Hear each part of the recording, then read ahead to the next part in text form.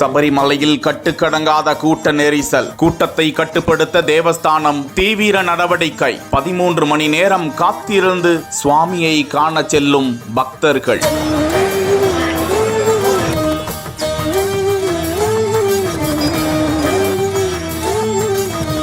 சபரிமலை ஐயப்பன் கோவிலில் பக்தர்கள் வருகை அதிகரிப்பால் 13 மணி நேரம் காத்திருந்து சாமி தரிசனம் செய்யும் நிலை ஏற்பட்டிருக்கிறது. கேரள மாநிலத்தின் பிரசித்தி பெற்று விளங்கும் சபரிமலை ஐயப்பன் கோவிலில் மகர விளக்கு பூஜை காலம் நடந்து வருகிறது. நடை திறக்கப்பட்டு சுவாமி தரிசனம் செய்து வருகிறார்கள். வருகின்ற 15ஆம் தேதி சபரிமலையில் மகர விளக்கு பூஜை ஜோதி தரிசனம் செய்ய உள்ள நிலையில் லட்சக்கணக்கான பக்தர்கள் சன்னிதானம் நோக்கி படையெடுத்து இருக்கிறார்கள். இதனால் சன்னிதானம் அருகே 13 மணி நேரமாக காத்திருந்து பக்தர்கள் சாமி தரிசனம் செய்யும் நிலை ஏற்பட்டிருக்கிறது. இதன் காரணமாக நீலிமலை ஏற்றம், மரக்கூட்டம், சரங்குத்தி உள்ளிட்ட பகுதிகளில் தடுப்புகளை அமைத்து பக்தர்கள் காத்திருந்து செல்லும் நிலையை தேவஸ்தானம் ஏற்படுத்தி இருக்கிறார்கள். மேலும் 18ஆம் படி, நடைபந்தல் உள்ளிட்ட பகுதிகளிலும் கட்டுக்கடங்காத கூட்ட நெரிசலை காண முடிகிறது. சன்னிதானத்தை சுற்றிலும் கூட்ட நெரிசல் அதிகமாக காணப்படுகிறது. மேலும் ஐயப்ப பக்தர்களுக்கு தேவையான குடிநீர், உணவு வகைகளை வழங்க வேண்டும் என்று திருவிதாங்கூர்